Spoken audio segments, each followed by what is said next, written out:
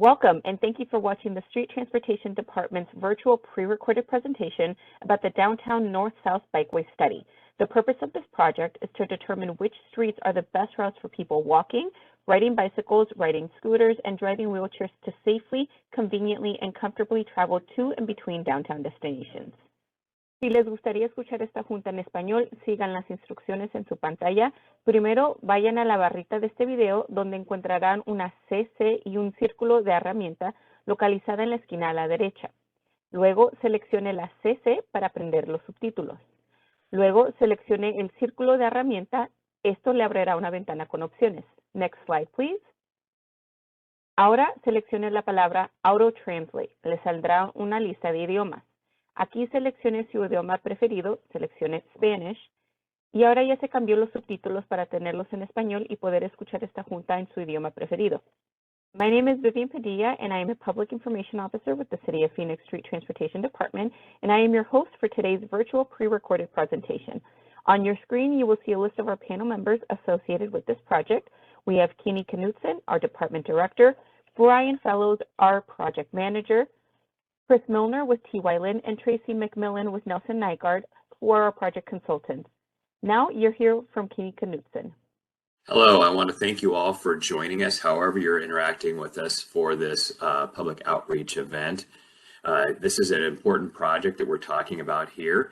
It includes a very important stretch of our downtown area to be able to provide connectivity for our residents, for visitors, to be able to use alternative modes of transportation to get to their destination safely through our downtown area.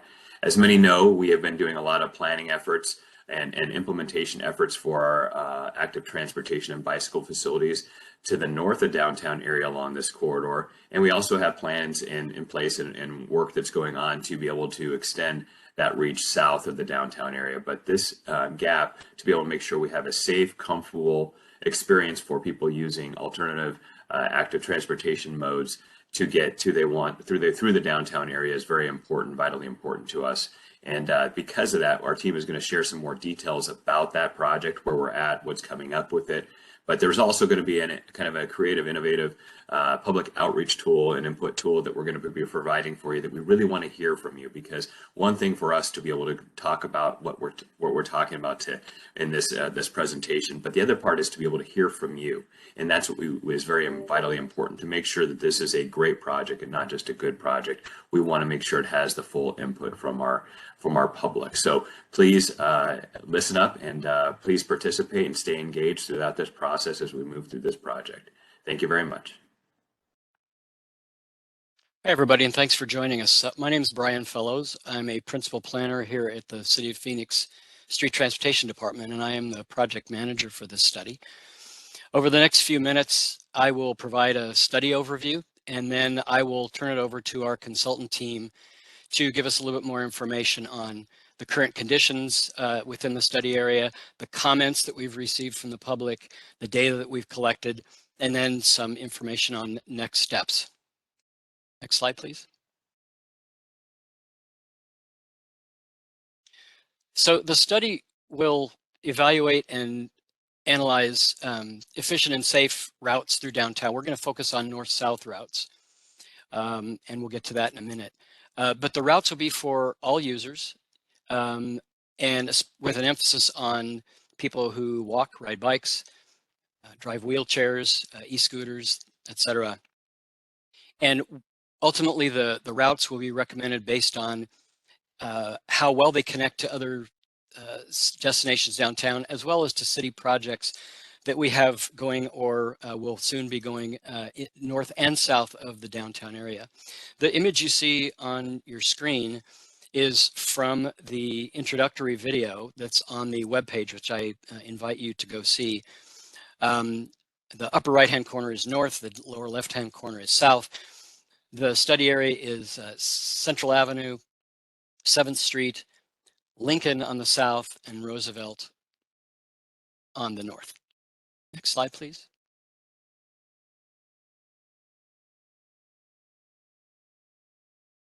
This slide emphasizes the existing bike facilities, and you can see the legend on the left. Bike facilities such as bike lanes, bike routes, there's even a multi-use path in there. and really how they serve downtown. And you can also see the alignment of the current and soon to be online light rail system to South Central. And you can see how it serves downtown and some of the major destinations. Next slide, please.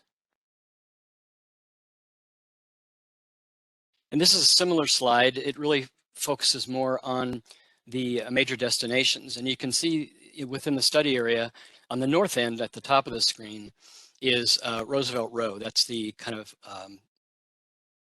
beige colored parcels that are flanking both sides of Roosevelt Street. On the north, anchoring the south end, we have the Footprint Center on the bottom of the screen and Chase Field. In the middle, you see many other destinations, including ASU Downtown Phoenix campus. There's U of A College of Medicine, Phoenix Biomedical Campus, and many others. And these are growing. The growth projections for Phoenix are continued growth, and we will see more destinations and more people moving to downtown and using all different kinds of modes. Next slide, please. So these next few slides will emphasize some of the major events that take place at some of these major destinations. What you're seeing on the screen here on the left is Chase Field, home of the Arizona Diamondbacks. And on the right is one of 4 different light rail stations that are within the study area. Next slide, please. Here is the Footprint Center. It hosts the Phoenix Suns and Phoenix Mercury, as you can see on the left. It also hosts large concert events. And these some of these events will happen at the same time. And that when people let out of these events or as people are entering the events, that really can cause challenges for people who are certainly in vehicles, but also people who walk, bike, or in wheelchairs, on scooters. The dynamic totally changes. So we're trying to keep that in consideration as we develop our routing recommendations. Next slide, please. And finally, here is on the left, the Phoenix Convention Center. And across the street from it on 3rd Street is Phoenix Symphony Hall. Phoenix Convention Center alone has over 1 million square feet of rentable and outdoor space. And it hosts dozens and dozens of events every year. And Phoenix Symphony Hall, again, is right across the street from that. Again, a lot of these events that you see at the different destinations can happen simultaneously. And again, that causes challenges for the users. And we want to make sure they get safely from one end of the town to the other.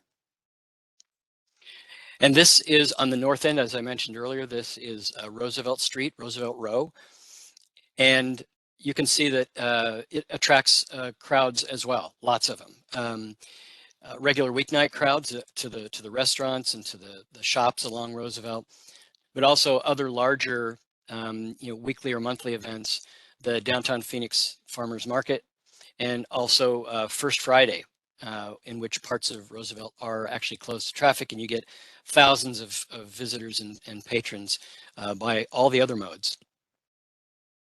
So with that, with a brief introduction and kind of painting the picture of what downtown and the study area looks like, I'm now going to turn it over to Chris Milner of the study team for the remainder of the presentation. Thanks, Brian. So in addition to major destinations and major events within the downtown area, downtown is also home to some major employers. As you can see on this map, there's an abundance of employment within the area. We've got over 300 employers providing 20,000 plus jobs in just this little study area alone.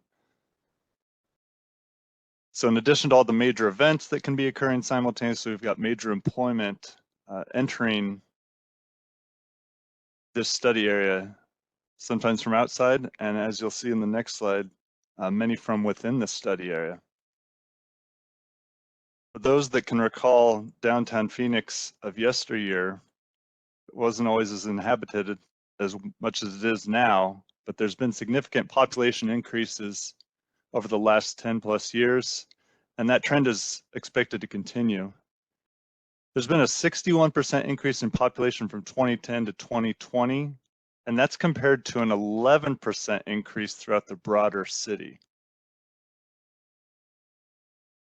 When we look forward in the next 10-year horizon, there's a projected 58% increase in multifamily dwelling units in downtown and midtown from 2020 to 2030.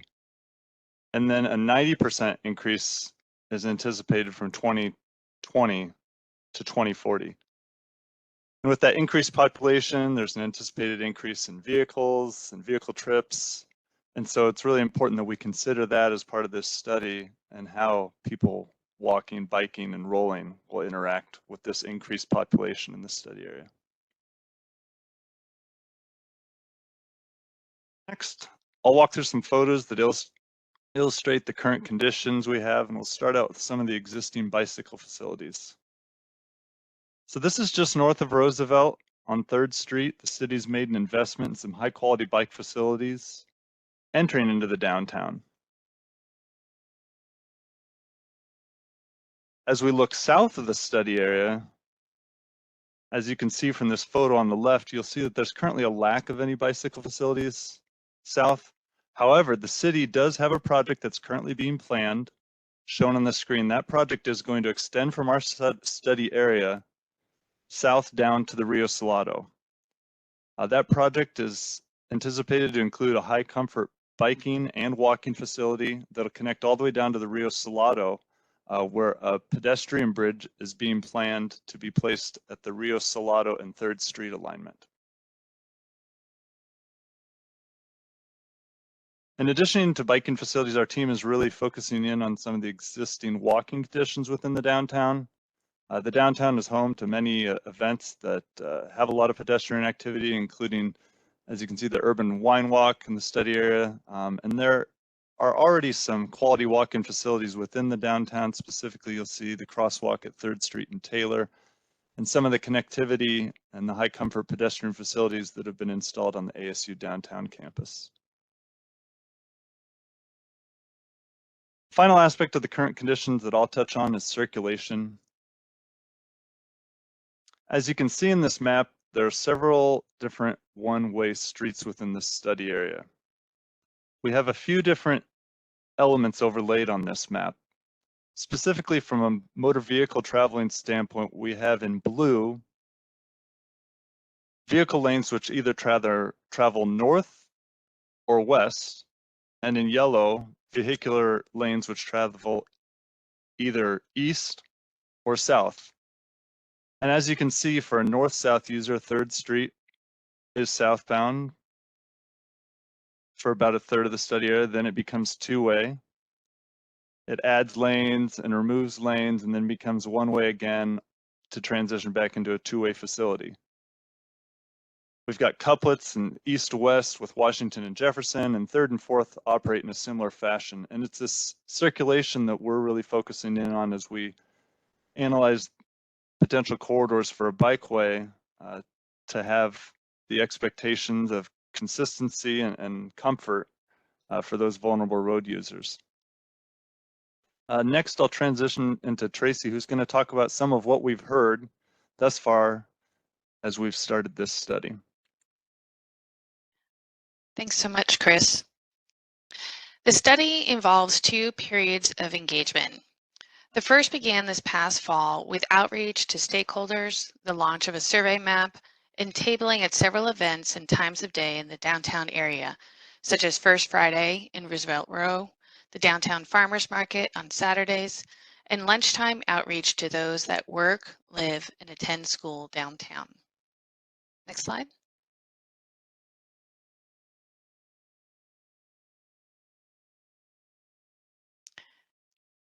In terms of the survey mapping tool, we are using a tool called Wikimap to gather input from the public on what they feel are the existing concerns and conditions related to traveling by rolling or walking in the study area. Participants can put marks on a map to indicate where they feel more shade, lighting, and bicycle parking are needed, where they've experienced challenges when walking, bicycling, or crossing the street, and where sidewalk and bicycle improvements are needed to make it safer and easier to travel by walking and rolling. We also asked participants to indicate their preferred north-south corridor for bicycling in the study area. Next slide. As you can see, there's been a lot of participation in the survey so far, with approximately 90 survey entries that we've received in the approximately 2 months that it's been open. People have given us approximately 29 comments regarding improved crossings, several comments regarding bicycle improvements, about 15 comments about places where they'd like to see improved shade, areas indicating where there are conflicts they've experienced while walking and bicycling, places to have improved bike parking and improved lighting. And then we have had a few entries noting where they prefer the north-south corridor for bicycling to be. Participants in the survey can put as many marks or lines on the map as they'd like, and they can also leave comments with any of the marks. The survey will remain open for approximately 1 more month until February 17th, and the link to it can be found on the project website, which will be shared at the end of the presentation. Next slide. Well, what else have we heard as we've talked to stakeholders and the public? Stakeholders that we spoke to this past fall expressed a need and desire for faster project delivery as a whole. Some cities around the US are using what we call quick build solutions, designs that can be implemented faster and at less cost, like the picture on the left, as well as demonstration installations, like bike lanes that are protected by plants in the pictures on the right, in order to test potential solutions before making a more significant design and financial commitment. Next slide. And as Brian mentioned, stakeholders from event centers in downtown Phoenix have expressed concern about the impact on event traffic and bicyclist safety if bicycle infrastructure such as a protected bike lane is routed through downtown on 3rd Street. What we're doing right now is looking at how other cities similar to Phoenix successfully address concerns like this and putting quality bike infrastructure next to major event spaces that are busy at various times of the day and days of the week. Next slide.